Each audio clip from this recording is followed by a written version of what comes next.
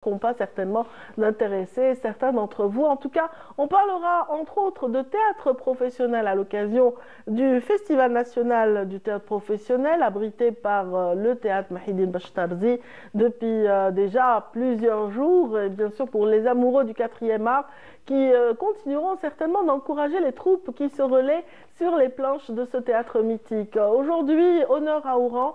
Et Oran, justement, sera aussi à l'honneur dans l'invité de la matinale.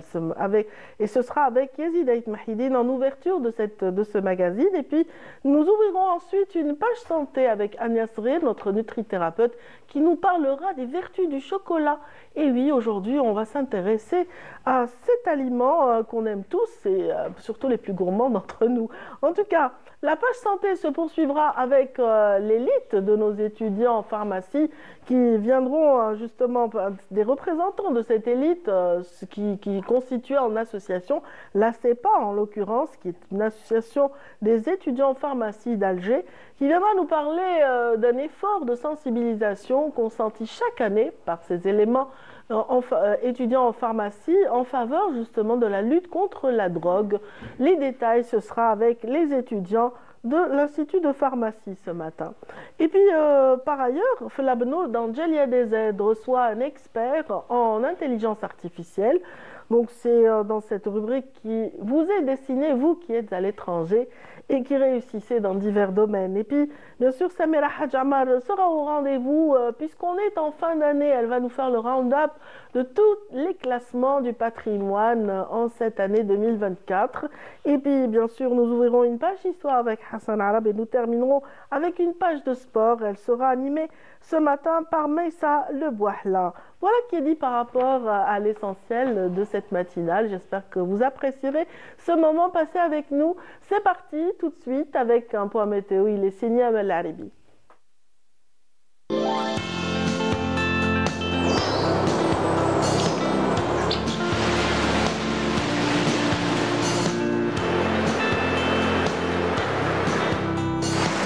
موبيليس تقدم لكم الأحوال الجوية.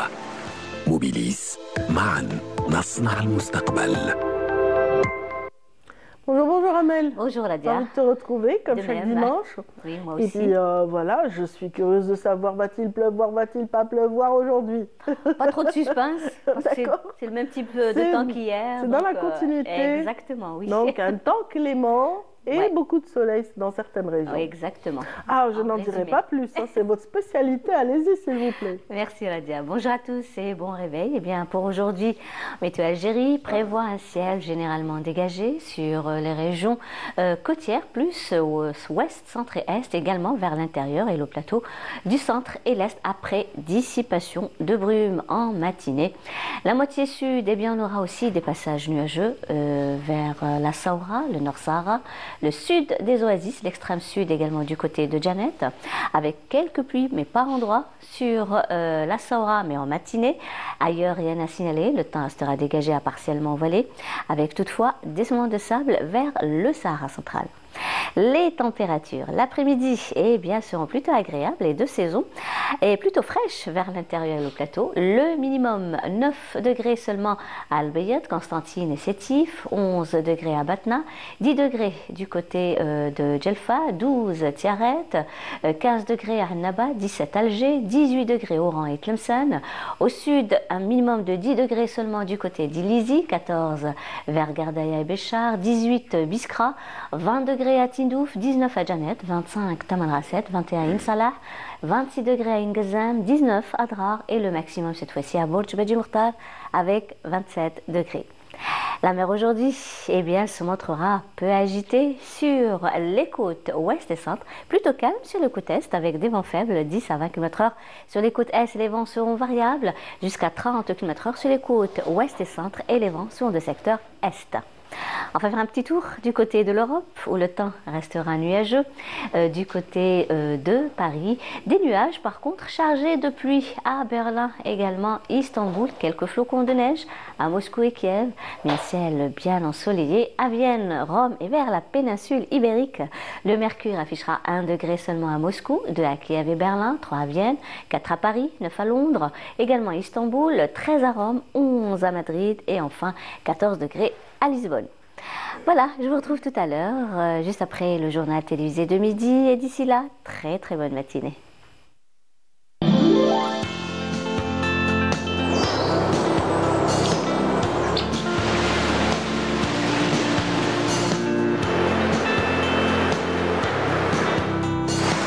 موبيليس قدمت لكم الأحوال الجوية. موبيليس، معا نصنع المستقبل. Merci infiniment. C'est moi qui vous remercie. En tout cas, le réalisateur n'a pas manqué de mettre une belle image de... Ah oui, exactement. derrière nous, histoire de compenser votre frustration de ne pas voir la neige arriver sur Alger ou encore au moins la pluie en tout cas. Inch'Allah, ça va bien. Merci infiniment en tout cas, Amel. Je vous souhaite une agréable journée ainsi que tous ceux qui sont avec nous. Et tout de suite, sans plus tarder, nous retrouvons l'invité de la matinée ou de la matinale avec Yazid Ait Mahidine tout de suite.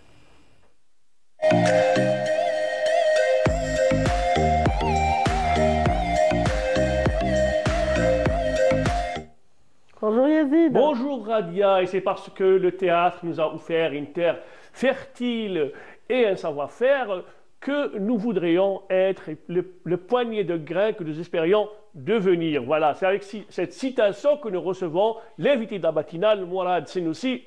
Bonjour, qui est dramaturge et directeur du théâtre d'Oran. Bonjour et puis merci beaucoup pour l'invitation. Si, donc c'est le Festival national du théâtre professionnel au théâtre Mahidine Bachtarzi et aujourd'hui c'est la générale de la pièce Hajrat al-Sabr. Hajrat al-Sabr. Donc c'est une pièce qui a été fabriquée dans un esprit de générosité, un certain théâtre solidaire. Dites-nous tout sur cette pièce et comment elle a été vraiment montée avec une constellation de comédiens, avec tout un travail de fond. Hajrat al-Sabr, à la base, c'est un roman d'un Afghan, Atiq Rahimi, c'est Pierre Patience. Et nous l'avons adapté très très librement. C'est-à-dire pour qu'elle soit la plus proche de ce qu'on a un peu vécu à une période de notre histoire.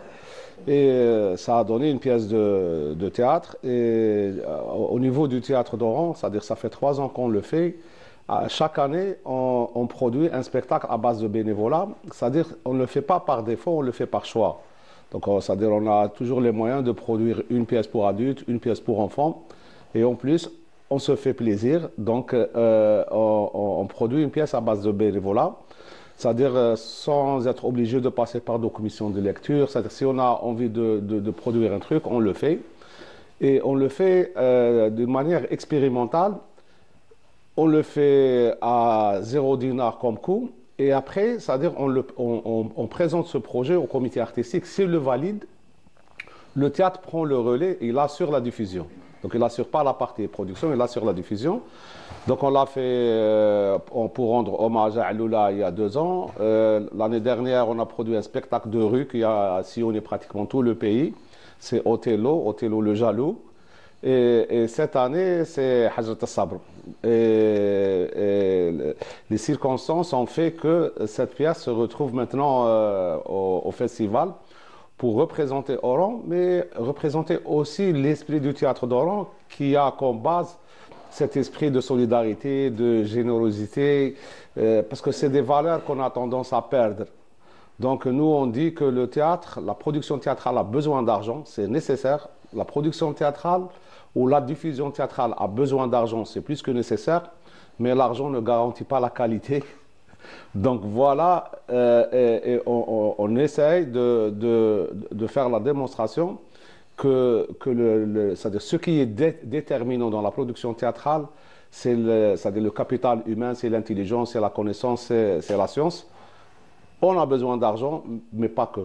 Oui, donc il y a cette noblesse de cet art où vous avez toujours travaillé en fait sur l'adaptation, puisque vous avez adapté Marivaux, vous avez adapté Yasmina Khadra, vous avez adapté Wassini Laraj. Comment s'est déroulé ce travail d'adaptation? D'abord par le plaisir. Moi j'ai des pièces de création, j'ai fait de la traduction, j'ai fait de l'adaptation. Je considère cela comme le meilleur moyen d'apprendre et de se former, de se frotter aux différentes expériences. Je travaille sur ce qui est drame, je travaille sur ce qui est humour. D'ailleurs, mes pièces qui ont le plus marché, c'est des pièces humoristiques dont Mtزوج في عطلة qui a fait les États-Unis, qui a fait plusieurs pays, qui a tenu l'affiche pendant 15 ou 16 ans. Marivaux, la même chose. Mais en travaillant sur les romans, ça permet, c'est-à-dire de ramener un truc nouveau, parce que travailler sur un Afghan, sur un roman d'Afghan, et essayer de le rapprocher à ce qu'on a vécu, ça a été un exercice qui m'a permis entre guillemets, de grandir, parce qu'en se frottant aux autres, en s'ouvrant sur l'universel qu'on évolue. Et puis il y a aussi le travail avec le metteur en scène. Oui. Comment ça s'est passé, ce passage de l'adaptation à la mise en scène? C'est-à-dire le metteur en scène, quand il a lu le texte, parce que c'était d'abord un échange, il m'a dit ce texte, je dois le monter. Donc je lui ai dit, si tu veux le monter, on le fera en dehors du financement, on le fera pour ton plaisir, pour le mien, et on essaiera de trouver qui peut nous rejoindre. Une fois on a fait une lecture, c'est le chorégraphe de la région de Tiaret qui s'est proposé, le musicien Adel Abamra qui est de la région de Béjaïa, il s'est proposé, et les comédiens d'Oran. Donc on s'est retrouvés avec une équipe à dimension nationale autour d'un projet, c'est-à-dire localisé à Oran, mais dont l'ambition, c'est-à-dire, bon, c'est une ambition nationale, mais d'abord c'est une ambition artistique. Et servir le théâtre. Servir le théâtre. Et puis c'est bien, c'est-à-dire parce qu'autour de nous, il y a plein de jeunes qui viennent au théâtre. Peut-être qu'ils n'entendent que le son de l'argent. Là, ils vont entendre un autre son, c'est-à-dire un son des gens amoureux, passionnés du théâtre, qui le font d'abord, qui essaient de le faire du mieux possible, parce que la qualité ne répond pas uniquement au financement. La qualité répond à la connaissance, à la science, à la passion, à l'amour, à plein de valeurs qui font partie de l'acte et de l'activité théâtrale. Donc, durant ces nabadat, comme on dit, de 3365 secondes, vous allez donc, vous allez faire face à un public qui est là. Comment appréhender en fait la réaction ou la complicité du public? Nous, on est très optimistes, parce que nous, on sait que notre public, d'une manière générale, c'est un public connaisseur. Et puis le théâtre, il est facile et difficile en même temps. Le théâtre, c'est un texte, c'est une interprétation, une mise en scène. Bon, ça paraît facile, mais c'est aussi ça. C'est-à-dire qu'il ne faut pas trop philosopher entre guillemets. Il y a des gens, des fois, qui sortent du théâtre, ils disent, bon, moi, je ne connais pas le théâtre, je n'ai rien compris. Donc, s'il n'a rien compris, ça veut dire que ceux qui lui ont proposé le théâtre, entre guillemets, n'ont rien compris. Bon, du moins, c'est mon avis.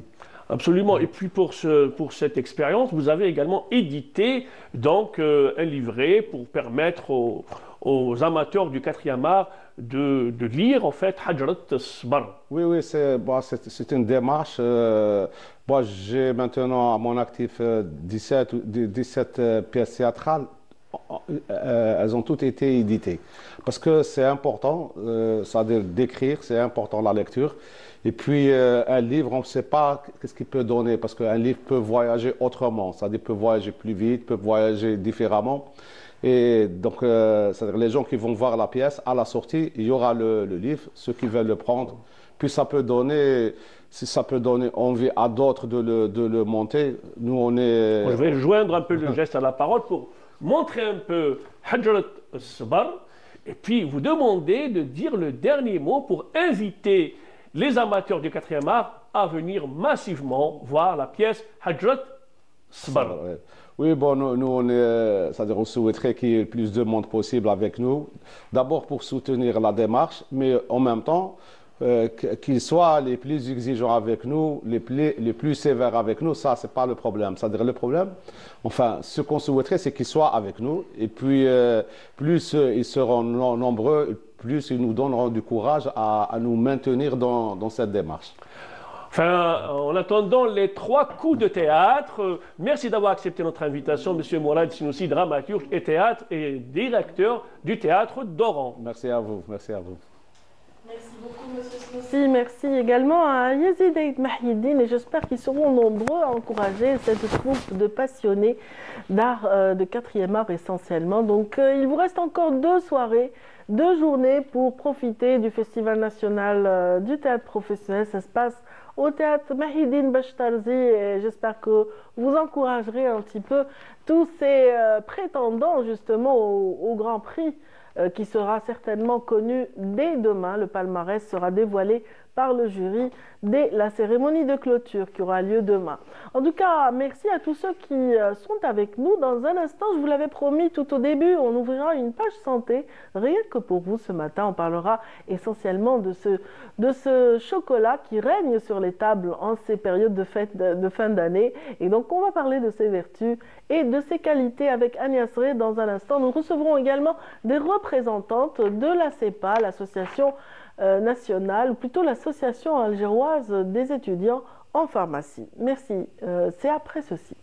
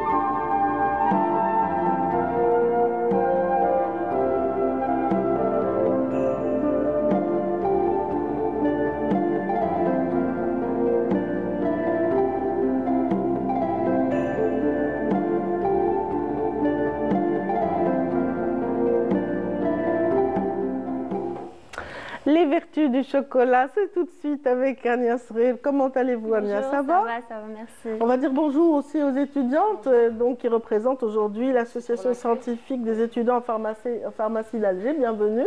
Je vous remercie. Voilà, vous allez attendre juste quelques minutes. On vous donnera la parole tout de suite après ceci.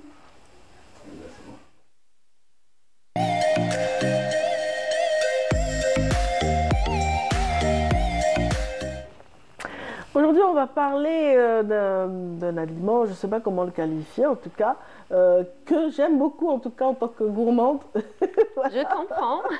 Je crois que beaucoup de personnes aiment le chocolat, mais j'ai rencontré curieusement l'année dernière des personnes qui ne pouvaient pas supporter le chocolat. C'est exceptionnel, n'est-ce pas, Ania? Ça ne se discute pas. Ouais.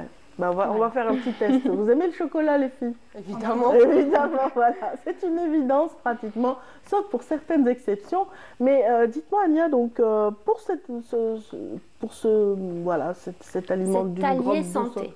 C'est un allié santé finalement. Exactement. Ben, quels sont ses bienfaits justement sur la santé physique et mentale éventuellement? Parce qu'on dit toujours que ça remonte le moral de prendre un carré de chocolat. Exactement, ça remonte le moral et en plus c'est scientifiquement prouvé. D'accord. Le chocolat est une gourmandise, en même temps un allié santé. Mais attention, on va parler du vrai chocolat. Car souvent, que ce soit sur les étiquettes ou même toute personne, vous allez lui demander qu'est-ce que vous aimez, elle va vous donner tel ou tel type de chocolat, alors que ce n'est pas du vrai chocolat. On ne parle pas du chocolat au lait, on ne parle pas du chocolat qui est du substitut de chocolat, comme tout ce qui est VGK, etc., qui est plutôt une forme de préparation végétale qui remplace le chocolat dans plusieurs préparations.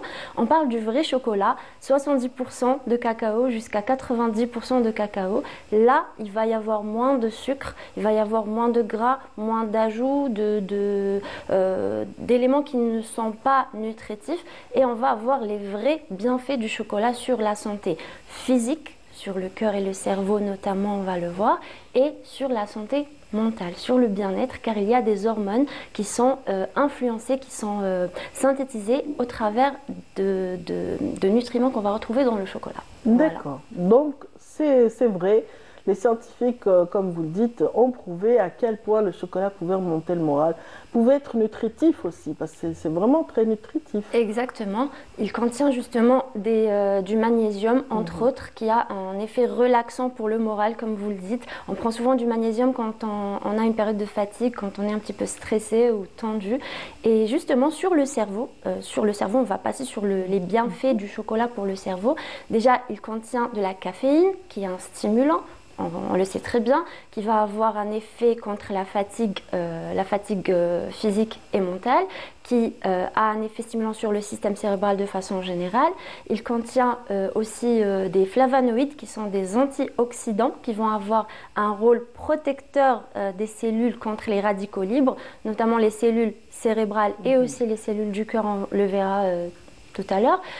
Et justement, ces nutriments-là vont protéger le cerveau. Voilà, il y a aussi les PEA qui vont être un inducteur, c'est une forme d'acide aminé qui vont être un inducteur de la sérotonine, de la dopamine qui est justement l'hormone du plaisir et de la motivation. Absolument, donc on va encore peut-être détailler dans un instant, mais moi, vous avez parlé d'un chocolat à un taux de 70%, mais s'agit-il du chocolat noir, du chocolat au lait ou du chocolat blanc? Parce que ce sont les variantes qu'on trouve justement. Sur les... Quelle est la valeur nutritionnelle de chaque élément? Si on veut avoir un chocolat qui est bon pour notre santé, on veut avoir un allié, un antioxydant, un effet très stimulant pour le système nerveux justement, on va choisir un chocolat noir. Le chocolat blanc, c'est plus du beurre de cacao. Il y a des acides gras qui sont intéressants,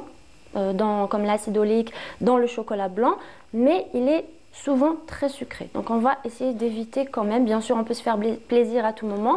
Là, on parle le plaisir gustatif. Justement, on parle des bienfaits du chocolat au long cours, c'est-à-dire une consommation régulière, une consommation à petite quantité, car les excès ne sont jamais bons. On parle souvent d'addiction au chocolat, ce qui est un petit peu faux. Par contre, là, il est intéressant de le souligner, car souvent l'addiction, elle est liée au sucre qui est ajouté dans le chocolat. Voilà, et justement si on choisit un chocolat qui est un petit peu plus amer et qu'on s'habitue à ce goût-là, parce que c'est aussi une question d'éducation au goût, c'est aussi une question d'habitude, on va justement commencer à apprécier. On va commencer par du 60% par exemple, passer aux 70% de cacao et ensuite aux 90% qui est beaucoup mieux pour la santé.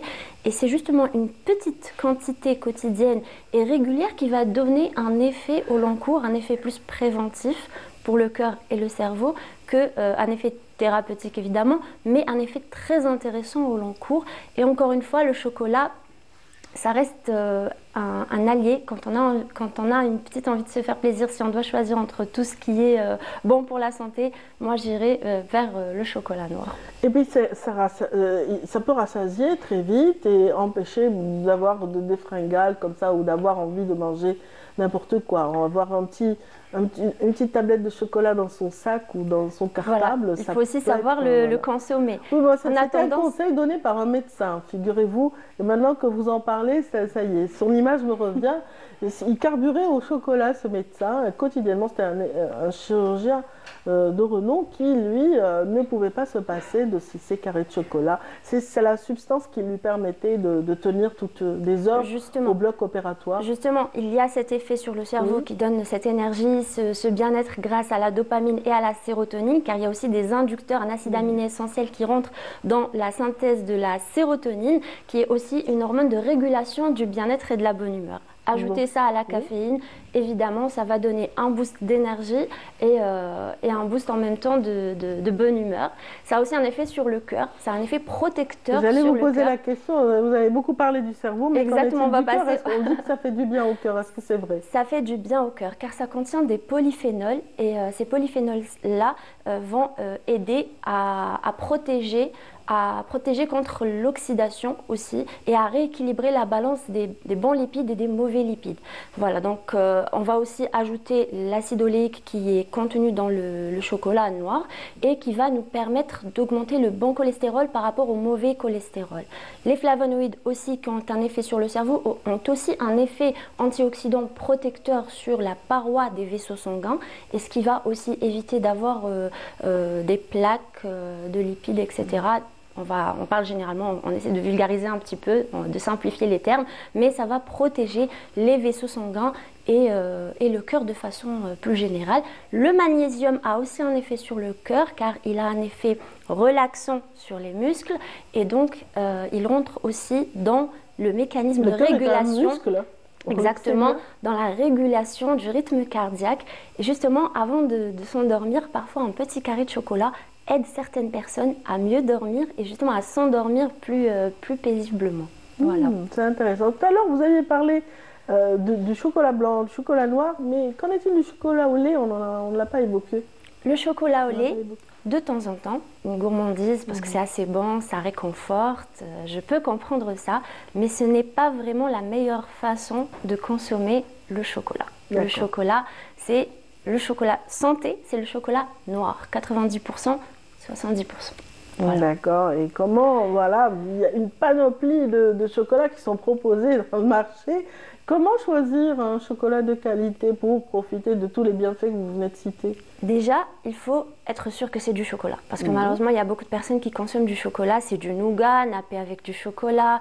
Il y a de la praline dedans. Il y a plein d'ajouts, de lait, de sucre. Ah ben, on va les voir pendant les je choisirai du chocolat noir, comme je viens de vous le dire, au pourcentage qu'on vient de citer, de préférence avec des noisettes, des amandes, du zeste de citron, du zeste d'orange. Là, ça va être vraiment bénéfique. On va essayer d'éviter de façon régulière, encore une fois, on ne parle pas de tout ce qui est occasionnel de temps en temps, on peut tout se permettre, je l'ai déjà dit, mais de façon plus régulière pour que ce soit un vrai allié pour notre bien-être et notre santé, on va essayer de choisir tout ce qui contient des oléagineux pour combiner les effets positifs, des oléagineux comme les amandes, les noix, les pistaches, aux effets du chocolat noir, encore une fois, à un pourcentage élevé de cacao. Et surtout, c'est la façon de le consommer aussi.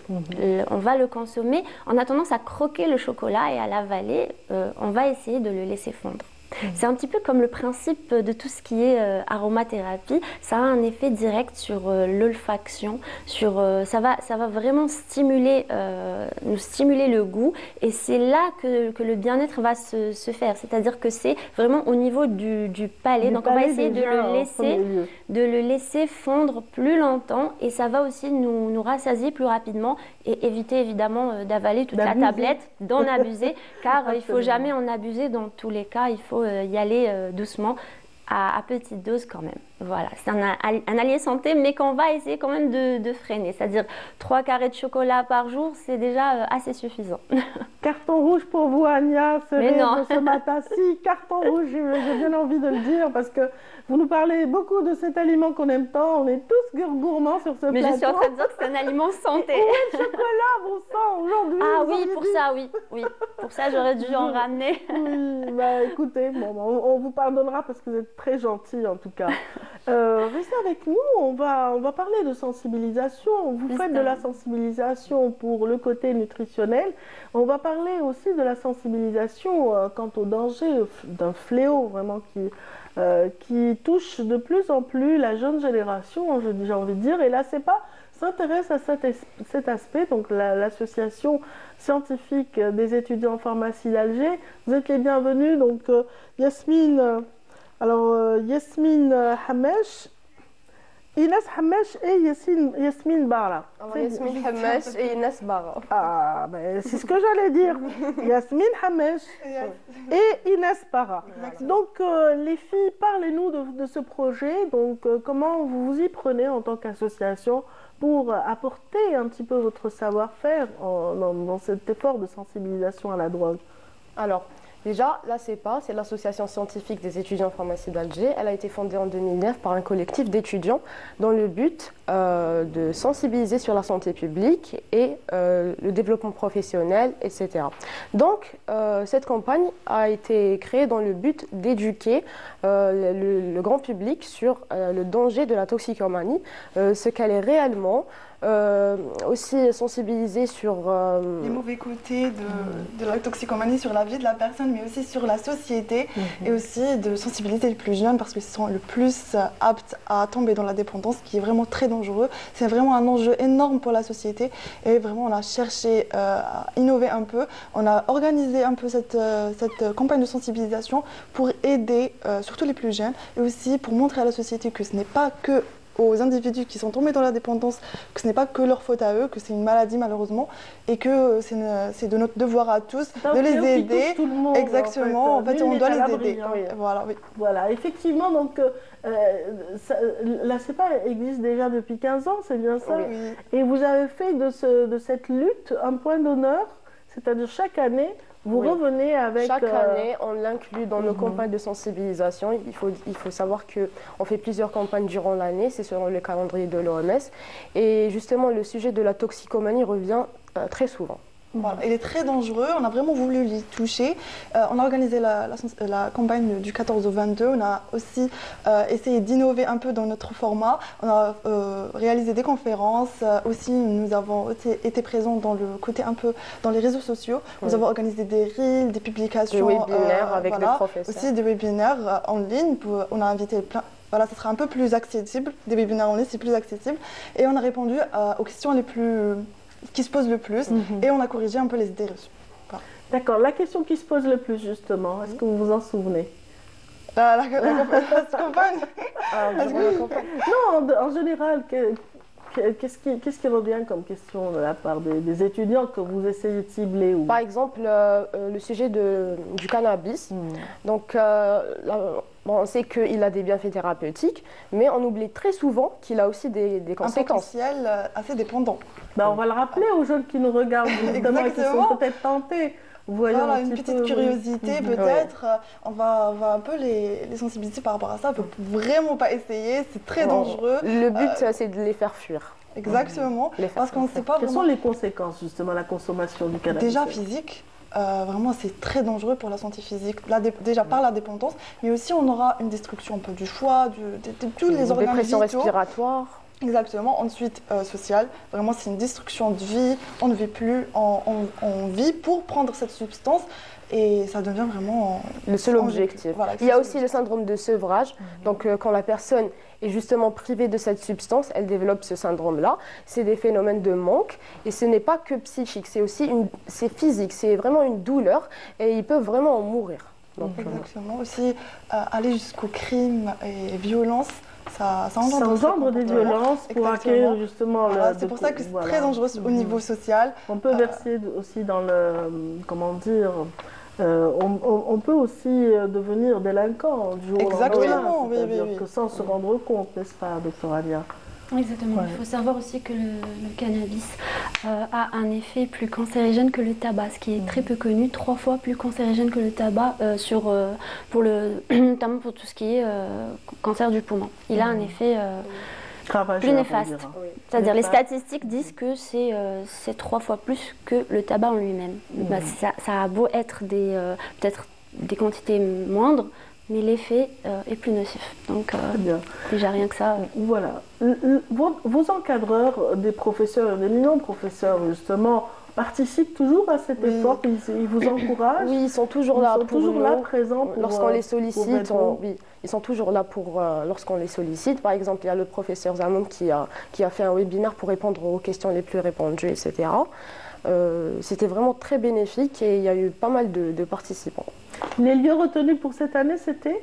Alors pour cette année, on a fait l'école polytechnique et également l'école supérieure des affaires. Donc 2 écoles. Oui, avec des conférences, des ateliers. Des quiz. La participation a été intéressante. Oui, c'était très très interactif, donc oui. Voilà. Ça a beaucoup... Yasmine Hamache, vous êtes étudiante en 4e année. En 6e année, pardon, vous êtes en 5e année. Et vous participez à ces efforts depuis combien d'années déjà? Alors, pour ma part, je me suis inscrite il y a 3 ans. Donc, ça fait depuis 3 ans que je participe à ce genre d'initiative. L'associative fait vraiment... C'est une partie intégrante de ma vie. Et voilà, j'espère continuer le maximum possible. Et qu'est-ce que ça vous apporte le moi, plus, Inès? J'ai commencé depuis ma première année, je suis assez loyale à cette association. Ah là, c'est pas.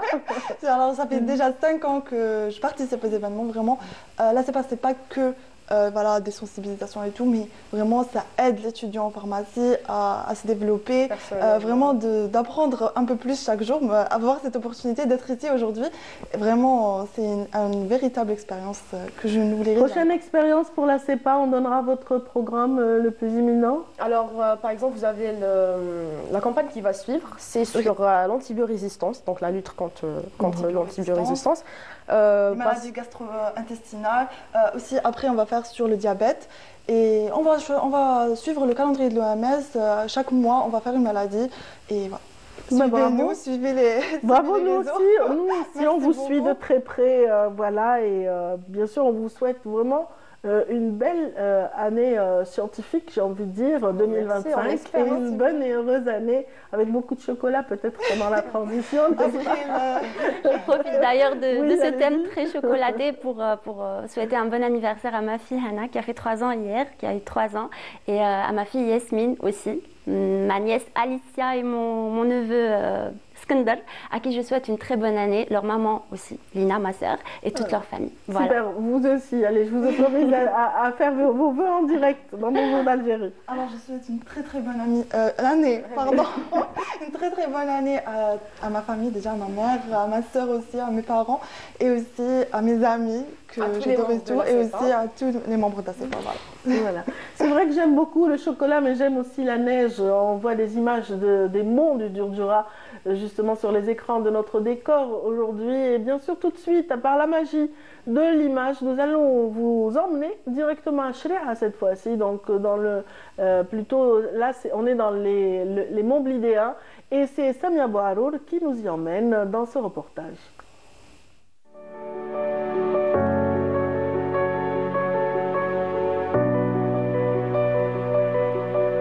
Le temps d'un week-end à 1550 mètres d'altitude, le parc national de Chréa vous offre un dépaysement total. Dès notre arrivée, la beauté des montagnes enveloppées de brume nous a fascinés. Un véritable spectacle naturel s'offre à nous. Avec ou sans neige, cet endroit continue à charmer ses visiteurs un peu plus pendant les vacances. Oui, c'est la première fois que je viens à Chréa. عجبتني بزاف, même شفنا صوالح ما كناش شايفينهم قبل. On est venu de Tipaza et j'ai des invités qui sont venus d'Oran Et c'est pour la première fois qu'ils ont visité cet endroit magnifique. J'ai déjà entendu parler de cette réserve et là, je la découvre réellement. Les singes et la nature. C'est la première fois que je viens ici. Je suis venue en voyage organisé. Je suis fascinée par la nature.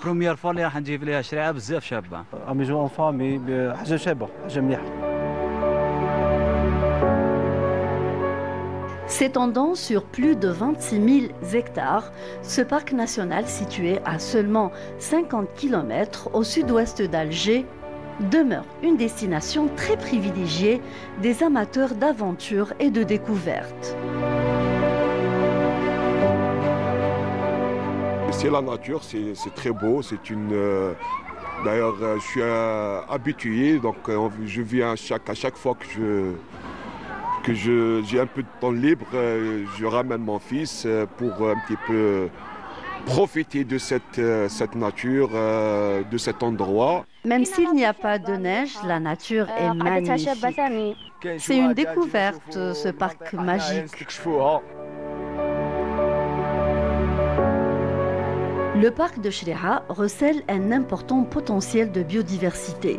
Il existe 816 espèces de flore au sein de cette réserve, dont 15 espèces protégées. Cèdres, pins, alep et autres. Sans oublier la richesse phonétique très variée avec la présence de 394 espèces, dont 49 espèces protégées, aigles, singes, hyènes et autres.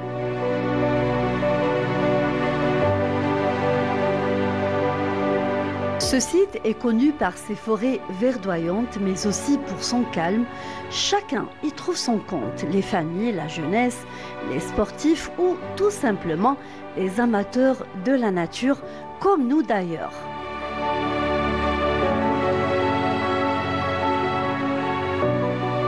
Nous pénétrons dans les bois, un endroit qui coupe le souffle, qu'il faut absolument préserver. Il n'y a rien à dire, hein. Nous avons un très beau pays, donc on profite à chaque fois dès qu'on pourra, donc on profite. C'était vraiment fabuleux, c'était magnifique. 1, 2, 3, viva l'Algérie! Merci.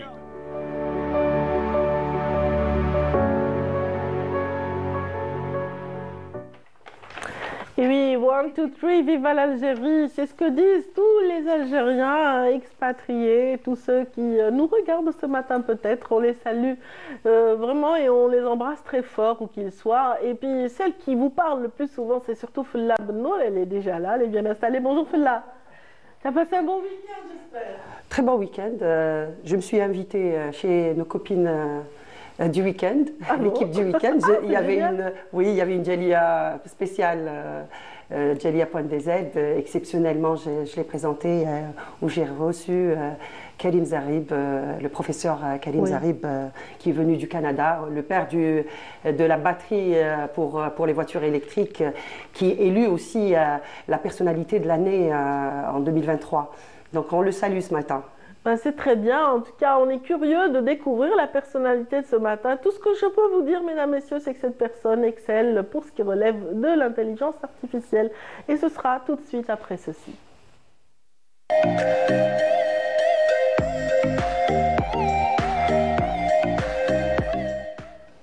Bonjour à tous. Donc, je disais que il y avait une personnalité exceptionnelle vendredi dernier. Il y a aussi une autre personnalité scientifique exceptionnelle au parcours atypique. Et vous êtes là, Monsieur Belkhir. Marhaba et merci d'avoir accepté notre invitation. Vous êtes physicien, ingénieur, entrepreneur, plusieurs casquettes, mais on vous reconnaît aussi à travers cette révolution dans le domaine du livre, l'imprimante qui a révolutionné toutes les bibliothèques du monde, Chicago, Toronto, un peu partout. Donc l'ATP Scanbook de 2400, c'est ça? Oui, c'est ça. Oui, qui imprime près de 300, pas moins de 300 pages en moins de 8 minutes. Voilà, c'est ça, très bien. Oui, donc, marhaba, encore une fois. Ouais, c'est un plaisir d'être ici. Merci de m'avoir invité. Merci. Donc, racontez-nous cette histoire justement de l'imprimante qui reconnaît plus de 177 langues et dialectes. Elle est encore d'actualité. Il y a eu d'autres après cette révolution. Effectivement, bon, ce n'est pas une imprimante, c'est un scanner. C'est un scanner. Donc, c'est un numériseur de livres. C'est le premier et le plus rapide scanner de livres automatique au monde.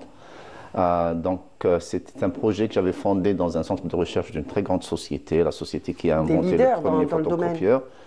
Et puis après ça, je suis sorti, j'ai eu une licence exclusive à la technologie que j'avais développée. Et j'ai fondé à Silicon Valley la société Kirtas, que j'ai inspiré du mot Kirtas, qui veut dire parchemin en arabe, et aussi un anagramme en anglais qui veut dire at risk. Donc c'est tous les livres qui sont at risk, qui risquent d'être perdus s'ils ne sont pas numérisés. Donc, et vous avez numérisé plus de 560 années de savoir. Enfin, on n'a pas tout à fait terminé tout ça. C'est encore en cours. Mais effectivement, c'est un scanner de livres automatique qui nous a permis non seulement de vendre le produit, mais aussi de devenir un bureau de service pour la numérisation. Et à un certain point, on numérisait pour Microsoft 15 000 livres par mois. Donc à très haute qualité, et en fait on a numérisé aux environs de 200 000 à 300 000 livres pour Microsoft à travers notre service de numérisation. Et bien sûr nos machines, on ne sait pas exactement combien de centaines de milliers de livres ils ont numérisés, mais ils continuent à fonctionner jusqu'à aujourd'hui. Les machines qu'on a vendues en 2003 continuent à fonctionner très bien jusqu'à aujourd'hui, parce que c'était un produit de qualité, un produit qui a beaucoup de souffle. Je crois qu'on a des photos de l'imprimante qu'on verra peut-être au cours de cette émission. En tout cas, vous disiez déplacer le savoir, déplacer le savoir du livre aux octets. Voilà, en anglais c'est un peu percutant. Knowledge from books to... Voilà, moving knowledge from books to bytes. To bytes, exactement. Mon anglais n'est pas très bon, mais c'est ça. C'est une phrase que vous répétiez à l'époque. Voilà, l'idée c'est en fait que dans l'âge numérique, c'est pas l'imprimerie qui compte, mais c'est la numérisation qui compte. Donc, en quelque sorte, la presse de Gutenberg, elle a révolutionné le monde du savoir en permettant l'imprimerie de livres pour démocratiser le savoir à travers le monde. On va plus loin, on dit ce qui n'est pas numérisé et n'existe pas. Voilà, c'est ça. Donc, notre approche, c'était si on laisse les livres sous forme imprimés, sous forme de papier, ils vont être perdus pour les générations à venir, parce que les générations d'aujourd'hui, ils comptent, ils pensent que tout ce qui est savoir est disponible numériquement, alors que ce n'est pas le cas. Donc, moi, j'ai fondé Kirtas et développé ce produit pour maintenant numériser tout ce savoir de 500 à 1000 ans, du papier du papier qui le garde otage dans l'accès à ce savoir, au numérique qui maintenant peut être partagé à travers le monde et toutes les générations à venir. Et Kirtas, une des premières entreprises plutôt en Silicon Valley, c'est ça? Dans la numérisation des livres, on était les premiers, exactement. Ouais. On va revenir un petit peu sur votre parcours, mais avant cela, vous avez une bonne nouvelle à nous annoncer, parce que j'ai dit que vous étiez physicien, mais ingénieur et entrepreneur. Donc, et dans l'entrepreneuriat, vous avez aussi innové dans le domaine de l'irrigation, et il y a un système qui optimise l'eau et l'énergie. Effectivement, donc j'ai bien basculé du système de scanner à un système d'irrigation, en fait grâce à une invention, une technologie qui a en fait initialement été développée par un ami, un très bon ami, professeur Abdelmalek Douibi. Avec qui vous étiez à l'université à l'époque? On était en fait au lycée, on a fait le lycée ensemble dans la même table, on a fait la classe mathématique à lycée Qarouani dans la même table pendant 3 ans, donc on est très très proches et on est resté proches malgré les distances. Et c'est une technologie innovante, mais qui relève de l'intelligence humaine plutôt que de l'intelligence artificielle, et qui permet de résoudre 4 problèmes majeurs dans l'irrigation. Le problème de la consommation d'énergie, la consommation d'eau, le manque de rendement et les mauvaises herbes. Donc on a fait en quelque sorte d'une pierre 4 coups, et en irriguant au niveau des racines. Donc quand on irrigue au niveau des racines, on réduit la consommation d'eau par parfois plus de 80%, surtout dans les régions chaudes. On réduit la consommation d'énergie par 90%. on augmente le rendement et on élimine les mauvaises herbes. C'est une technologie qui est unique. C'est un produit maintenant qui est prouvé. Donc, on a dépassé le stade de prototypage. Et la bonne nouvelle que vous avez mentionnée, on vient de signer une convention avec un grand... Avant-hier, exactement, oui, jeudi, juste avant mon départ pour ici. Donc, on a l'exclusivité. Exactement, tout à fait, avec un grand groupe agricole et industriel au Qatar. Et ça veut dire que ce système, on peut l'exporter partout. Ah, absolument. C'est un système, notre perspective est toujours globale et toujours internationale. Ces problèmes, 4 problèmes majeurs, ce n'est pas des problèmes algériens uniquement, c'est des problèmes dont tous les pays du Sud, du Grand Sud en souffrent, et du Moyen-Orient, et même éventuellement l'Europe et l'Asie et l'Amérique. Vous avez un point commun avec le professeur Karim Zarib, c'est Sétif. Oui. Il est originaire de Sétif. On a fait l'université ensemble, effectivement. Et vous avez fait votre cursus scolaire et universitaire à Sétif avant d'aller à Babzouar. Babzouar, vous avez fait physique, après physique dans un domaine spécifique. Physique théorique. Et vous partez aux États-Unis, oui, le Canada et le Qatar. C'est un parcours très riche. Qu'est-ce que vous retenez aujourd'hui de votre enfance, de cette période universitaire aussi? Là, j'ai quitté l'Algérie à l'âge de 21 ans. J'ai vécu aux États-Unis pendant 25 ans, au Canada pendant 9 ans. Vos parents vous ont soutenu, bien sûr. Absolument, En fait, c'était mon père et ma sœur, Fayrouz, Dr Fayrouz, qui ont financé le premier financement de Kirtas. Parce que j'avais écoulé toutes mes épargnes, etc. Et vous étiez déterminé à aller jusqu'au bout, parce que la grande entreprise chez qui vous avez commencé ce process a lâché cette opération. Ils m'ont cédé complètement la technologie, mais il fallait que je finance moi-même, que je développe. Et bien que j'étais à Silicon Valley, c'était pendant la récession de 2003, donc c'était pas d'investisseurs, donc il fallait que je dépense toutes mes économies.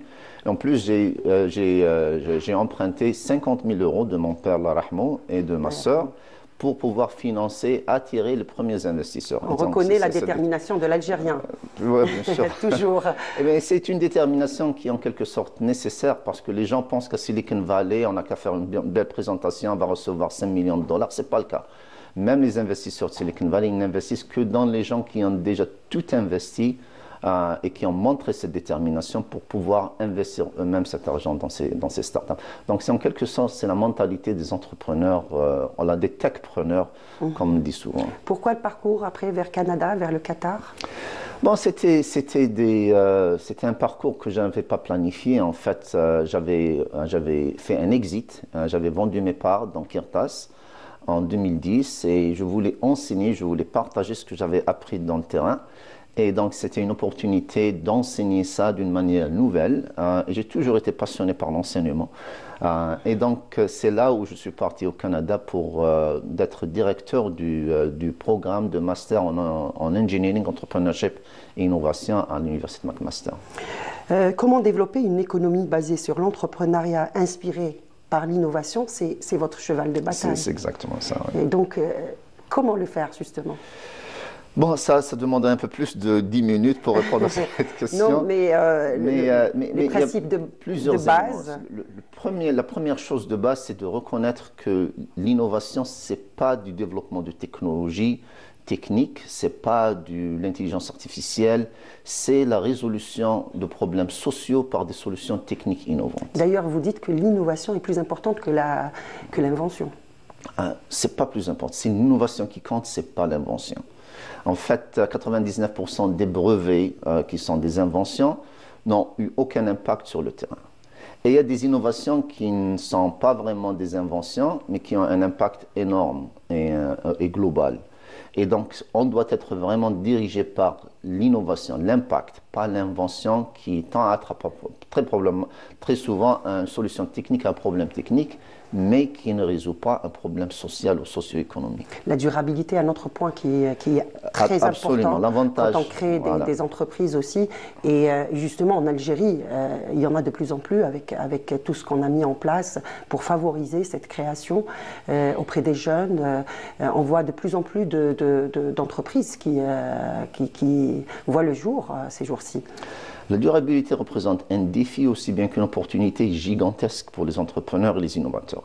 En fait, c'est estimé à 12 milliards de dollars d'opportunités nouvelles et de création d'emplois si on se dirige vers l'innovation dans la durabilité. Et là, c'est les entrepreneurs dont on a besoin pour pouvoir en fait réaliser relever ce défi et réaliser ces opportunités gigantesques. C'est pour cela que vous avez créé le premier institut d'enseignement supérieur pour apprendre justement ces trois éléments, l'entrepreneuriat, l'innovation et le développement durable. Et le développement durable.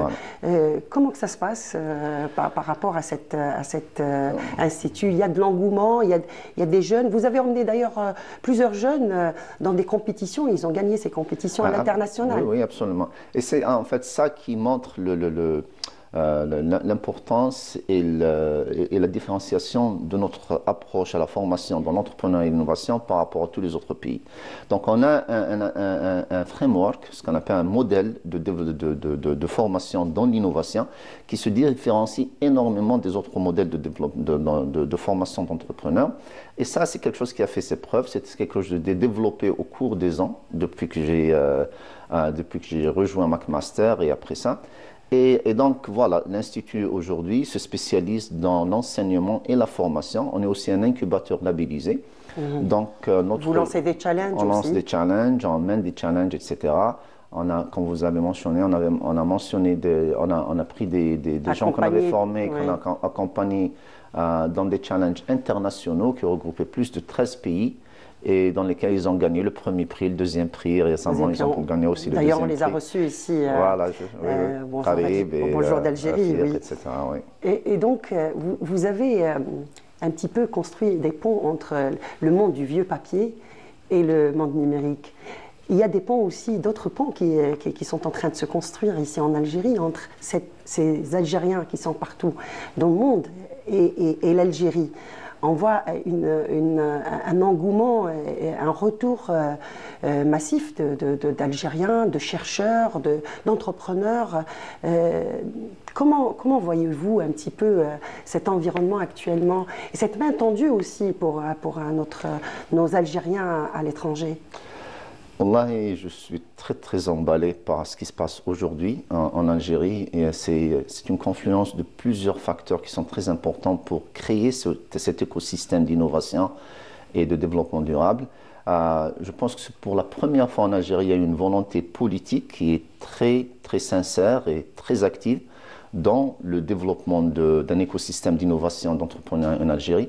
L'Algérie se trouve au milieu d'une géographie, un centre d'une géographie qui donne des opportunités énormes dans l'exportation de nos produits, de nos innovations et donc de création d'emplois et de la diversification de l'économie algérienne vers une économie plus durable et plus numérique, donc digitale. Et je pense que c'est la première fois que ça se passe dans l'histoire de l'Algérie. Et la conjoncture actuelle, elle est très disons qu'elle s'emprunte très bien à cette stratégie qui est au niveau national, donc c'est aussi bien au niveau macroéconomique et microéconomique.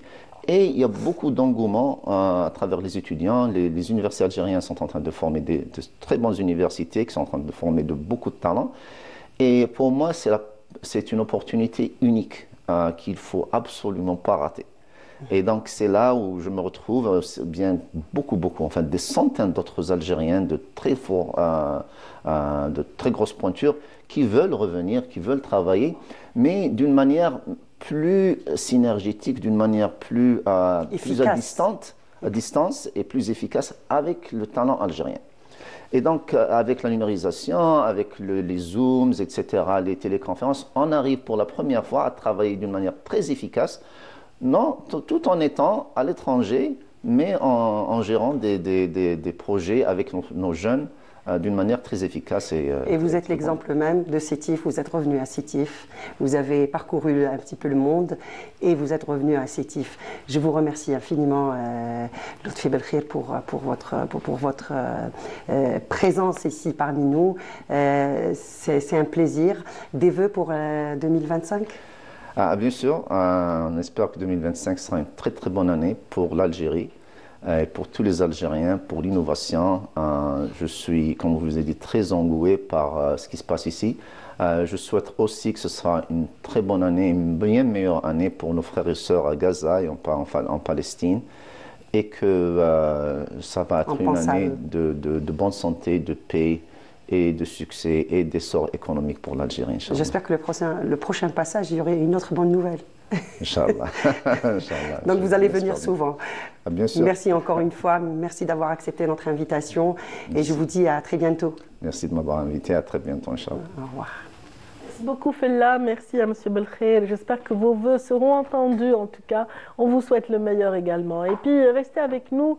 Nous continuerons de parler aussi de technologie, mais à travers des ateliers visités d'ailleurs par Fella Bennour. Donc, la voix de ce reportage qu'on voit découvrir autour d'un atelier d'énergie renouvelable. C'est parti. Selon les experts, les avancées de l'Algérie dans le domaine des énergies renouvelables est sans aucun doute remarquable. Les ambitions le sont aussi. Objectif, la production de 15 000 MW d'ici 2035.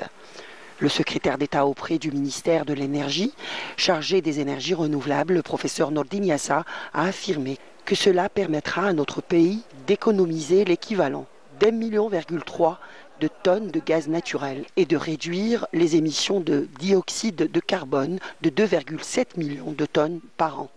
Les énergies nouvelles, ce n'est pas pour demain, c'est aujourd'hui. Jusqu'à maintenant, l'Algérie a installé 500 MW. Là, d'un coup, on a 4 fois plus de capacité qui va être installée dans le pays. C'est très important, c'est la tendance internationale. Dans le pays de la région du Middle East, le MENA region, le prix de l'électricité qui est extraite du solaire, de l'énergie solaire, est 6 fois moins cher que l'électricité qu'on produit du gaz. Donc il est extrêmement important et urgent qu'on passe à l'énergie solaire et économiser le gaz pour d'autres applications ou bien le vendre sur le marché international pour les pays qui n'ont pas suffisamment de solaire. C'est l'une des propositions qui a émergé lors de cette deuxième journée de l'atelier international sur les énergies renouvelables, qui a rassemblé un nombre important de chercheurs algériens venus des 4 coins du pays, mais aussi des 4 coins du globe. Une volonté politique que l'État veut appliquer afin d'intégrer toutes les compétences algériennes dans la stratégie déployée par le gouvernement. À l'occasion de ce workshop, j'ai eu l'occasion de parler à nos compétences établies à l'étranger sur les efforts que nous sommes en train de déployer actuellement pour essayer de mettre en place une plateforme interactive, essayant de mettre en contact les secteurs qui sont concernés et qui sont demandeurs de cette contribution et nos compétences à l'étranger.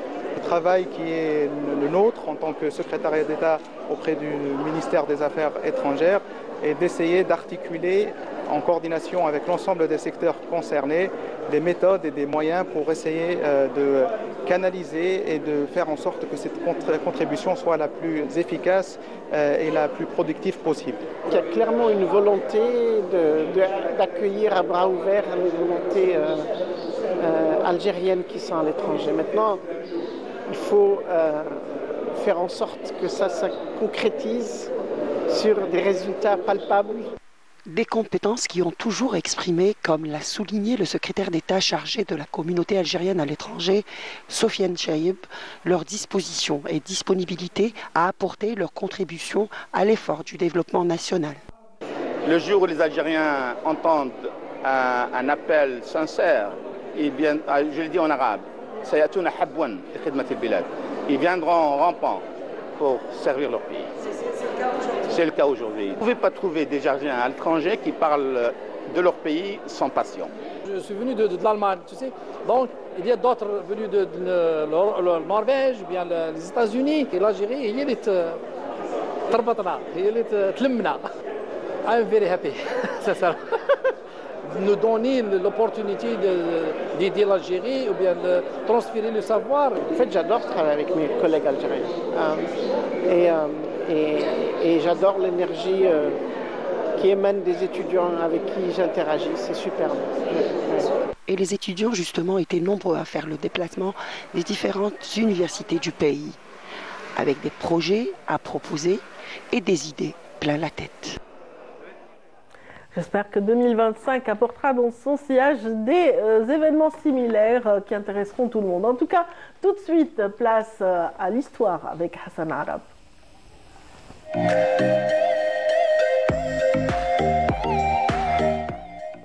Bonjour Hassan. Bonjour Radia, ça va? Oui, vous permettez qu'on dise bonjour aux filles d'abord? Bien sûr. Très bien, aux dames. D'abord Samira Hadjamar. Bonjour, c'est moi. Dans un instant, on présentera avec elle un pan de notre patrimoine dans Écume et Patrimoine. Et bien sûr, elle n'est plus à présenter. Maïssa. Bonjour, Maïssa qui nous parlera de sport. C'est la page sportive qui clôturera cette rencontre avec vous ce matin. Donc tout de suite, place à la mémoire, place à l'histoire avec vous, Hassan Arab d'abord. Je redis, donc aujourd'hui nous allons essayer de revenir sur les faits marquants. Bah oui, on est en fin d'année, c'est tout à fait logique. Donc, de l'année 2024, incontestablement, le fait marquant de cette année, c'est la célébration du 70e anniversaire de l'indépendance. Comme chaque année, il a été célébré un peu... Pas de l'indépendance, mais du déclenchement de la guerre de libération nationale, le 1er novembre 1954. Donc comme chaque année, c'est un événement... important, un moment fondateur de notre histoire qui a été célébré un peu partout, mais la cérémonie qu'a présidé le président de la République à Alger a été l'événement phare cette année, un événement qui a été donc à la hauteur des sacrifices de nos chouhada pendant les 7 années et demie de guerre de libération nationale et du sacrifice de tous les Algériens, parce qu'il ne faut jamais oublier, il y avait 1 500 000 martyrs pendant la guerre de libération nationale. Donc cette cérémonie a été marquée par la présence des représentants des pays amis, mais aussi des pays frères et des invités d'honneur, certains donc amis de la révolution algérienne qui ont tenu donc à partager ce moment important, la célébration de ce moment important. 70 ans, ça se fait. 70 ans, donc ça se fait. Et puis, il y a eu le Salon du Livre donc d'Alger, dont le programme culturel à 70% a été consacré justement à ce moment fondateur.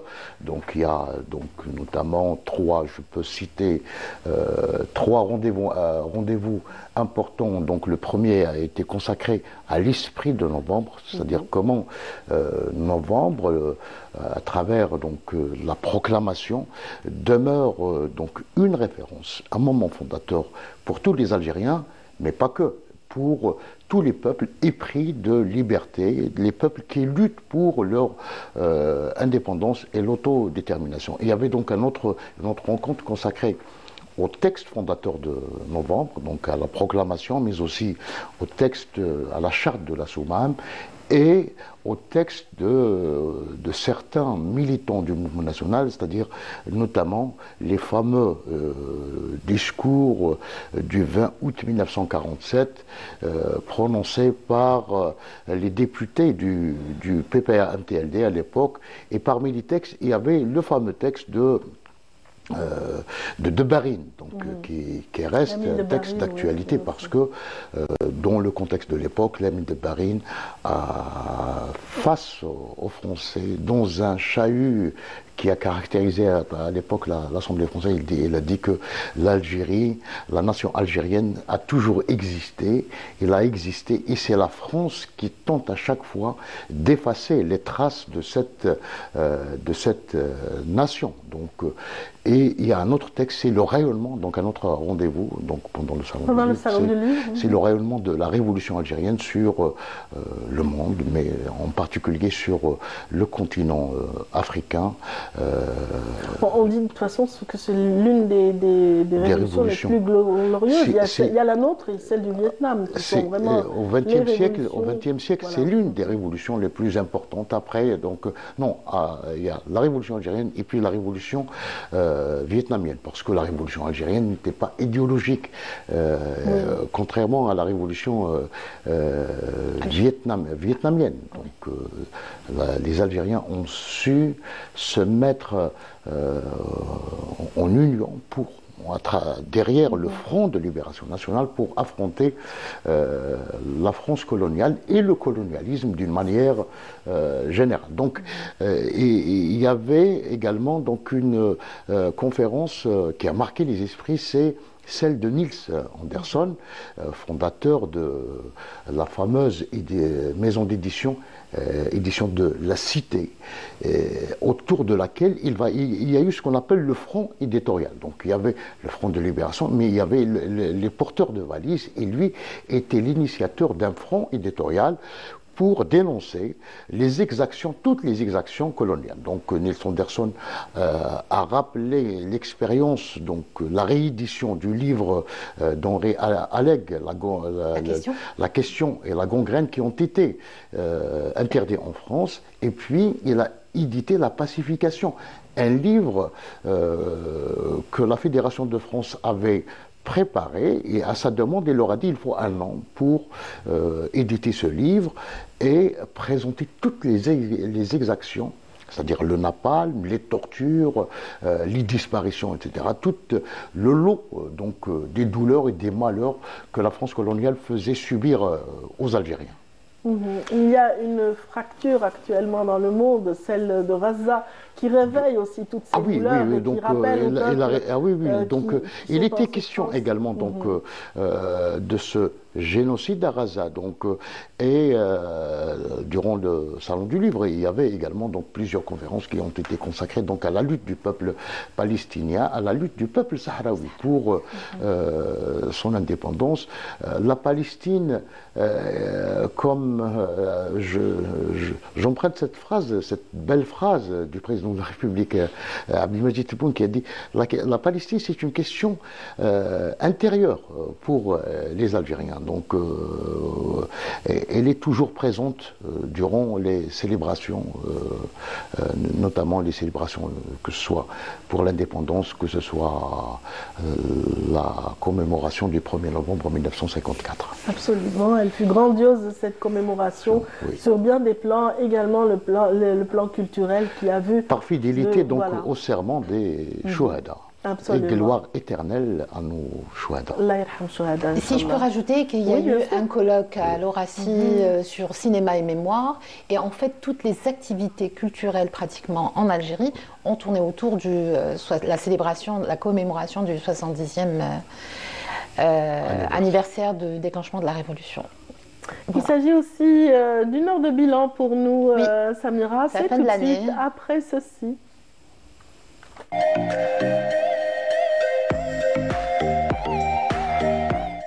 L'heure est au bilan, je le disais, 2024. Donc, très belle année, très bonne, comme en espérant que 2025 sera encore meilleur. Récemment, en décembre, on a vu l'inscription du costume du Grand Est algérien à l'UNESCO. C'est une très bonne chose, c'est une très belle chose. Ça contribue à inscrire la carte d'identité culturelle au niveau national d'abord et ensuite mondial de l'Algérie. C'est notre patrimoine, on est fiers, on est content.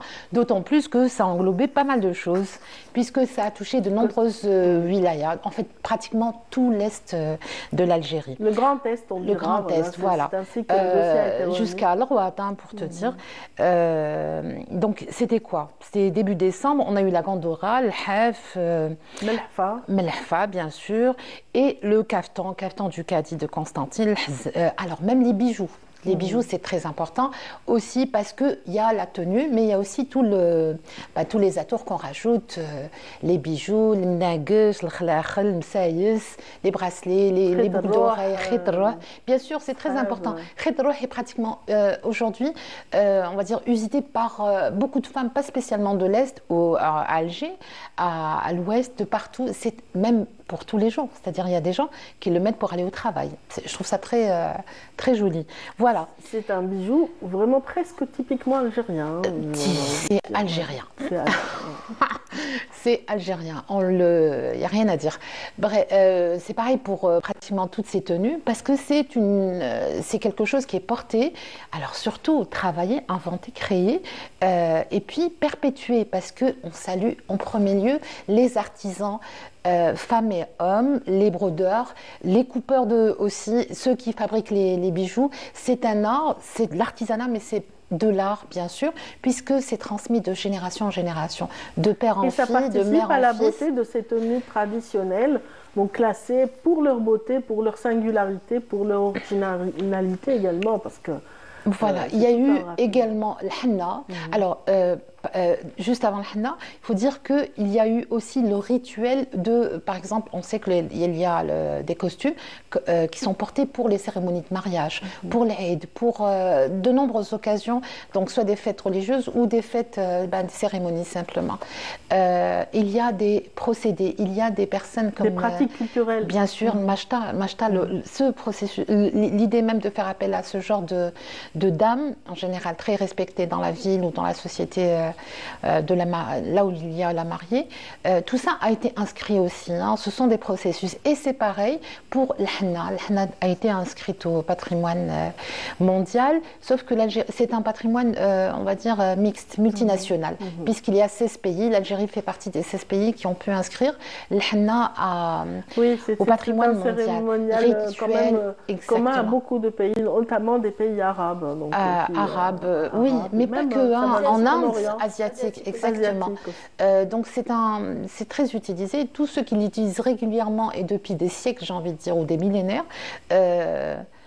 Après, d'un pays à l'autre, ce sont les motifs qui changent, ce sont les mélanges, les couleurs aussi, les couleurs de l'henna. Il y a plus foncé, il y a orange. Maintenant, on le met quand on va à la plage pendant l'été. Il y a les gens se font tatouer juste pour le plaisir, en blanc par exemple. C'est nouveau, mais c'est beau. Il faut vivre son temps. Voilà. Je voulais juste rappeler que cette année aussi, en juin, l'Algérie a été nommée, il faut que je retrouve, voilà, en juin 2024, l'Algérie a été nommée, a été élue à l'unanimité par 183 pays. Elle est membre du comité intergouvernemental pour la sauvegarde du patrimoine immatériel pour le mandat 2024-2028. Ça veut dire pour un mandat de 4 ans. Ça regroupe donc surtout représentants des pays arabes. Hein. Voilà, ça s'est décidé lors de la 10e Assemblée générale des États signataires de la Convention pour la sauvegarde du patrimoine mondial. Ça s'est tenu à Paris, c'était au mois de juin. Il faut juste rappeler, et c'est important de le rappeler, que l'Algérie a été pionnière en 2003 pour l'inscription du patrimoine immatériel. Nous avons aidé de la manière la plus efficace à la rédaction de la Convention qui aujourd'hui protège le patrimoine mondial, exactement, immatériel du monde entier. Nous avons énormément contribué à la rédaction des textes. Voilà.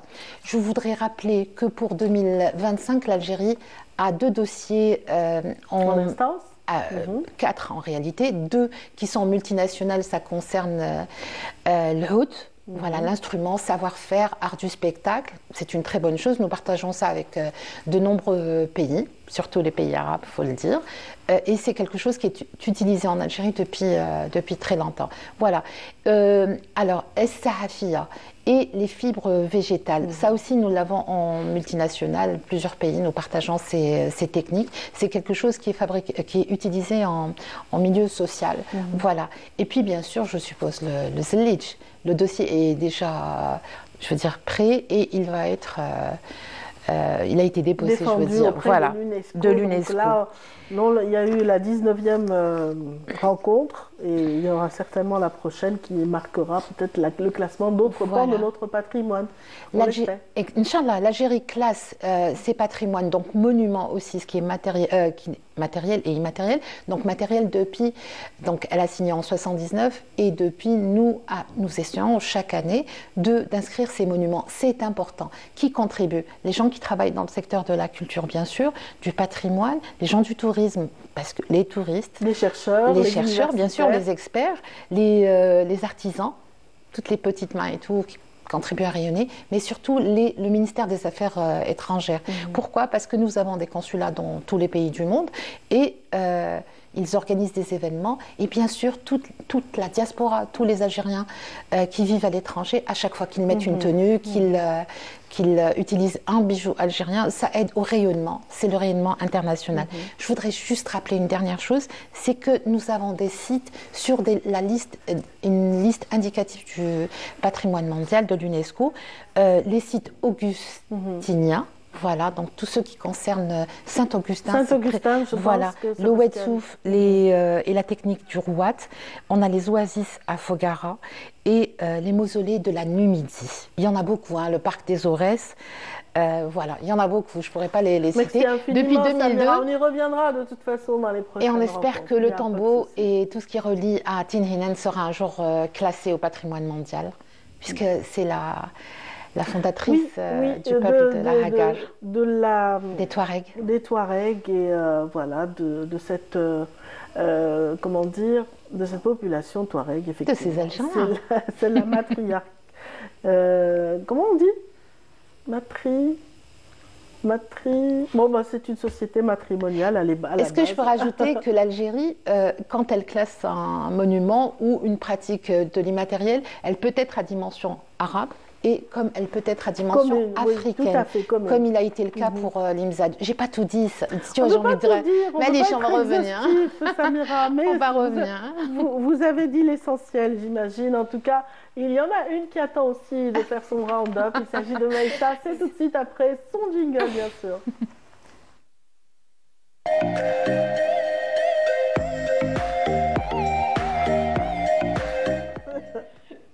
Voilà, un petit fou rire avant le démarrage justement de Maïssa dans sa rubrique sportive. Bonjour Maïssa. Bonjour Nadia. On revient sur le week-end. C'est ça, on revient sur ce qui s'est passé ce week-end et on finira avec cette année. Une année très riche en événements, on va dire, et en médailles aussi pour l'Algérie. Mais pour l'instant, on va commencer avec du foot. Et pour le résumé de cette journée, de cette 15e journée de la Ligue 1 algérienne, on a la rencontre de la semaine, la JS Kabylie, qui a du coup perdu à l'extérieur face à l'Assochleff. Ils sont pris de court dans les derniers instants par une faute qui est sifflée dans les derniers moments et c'est Evra qui marque le but pour l'Assochleff et du coup ça met fin à une série de 8 matchs sans défaite pour la JS Kabylie qui était leader, tandis que le Mouloudia d'Alger, comme on le voit, est parti chercher les 3 points à l'extérieur aussi face au MC Magra. Je cherche mes mots, c'est ça. Après avoir encaissé le premier but, Hleimia égalise sur coup franc en direct. Comme on le voit, c'est le but de l'égalisation pour le Mouloudia d'Alger.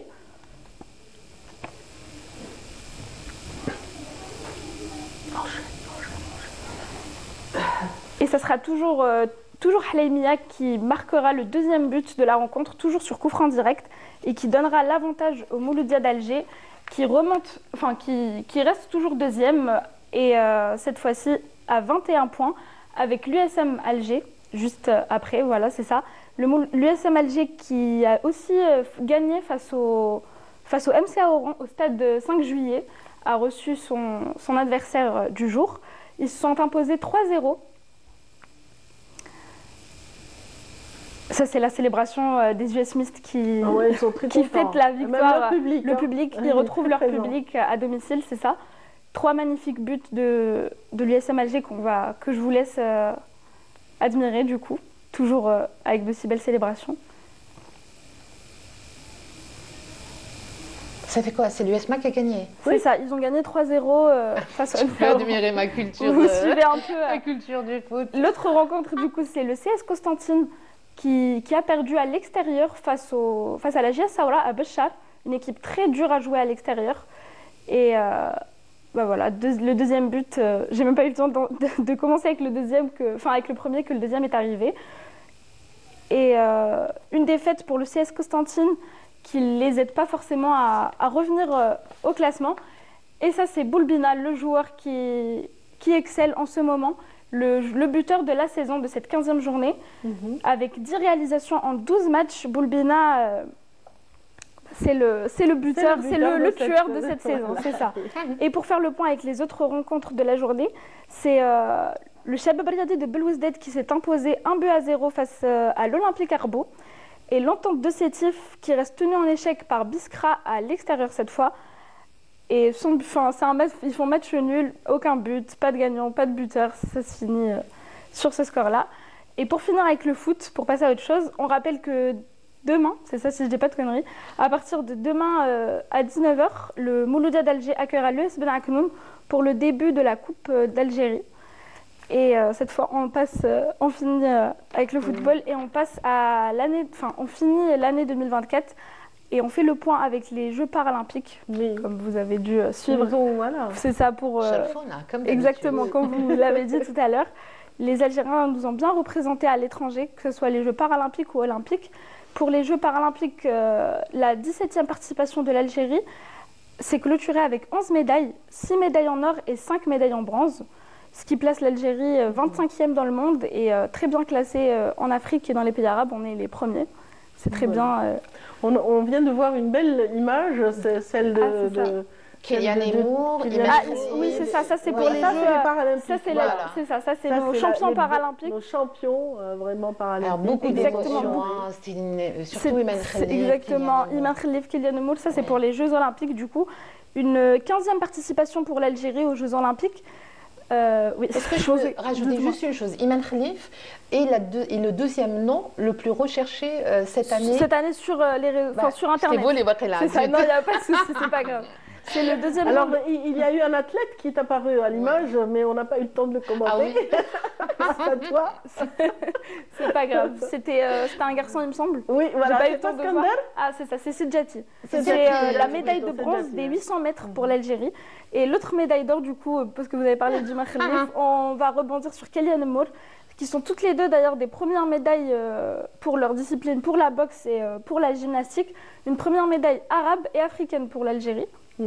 Ce qui est déjà très bien pour cette excellente moisson Kylian Moore qui a même créé son propre mouvement sur les barres parallèles. C'est ça, exactement. C'est dû à son âge en fait et pas son manque d'expérience pour pas la dénigrer, mais c'est une première pour elle et elle représente très bien l'Algérie par fierté.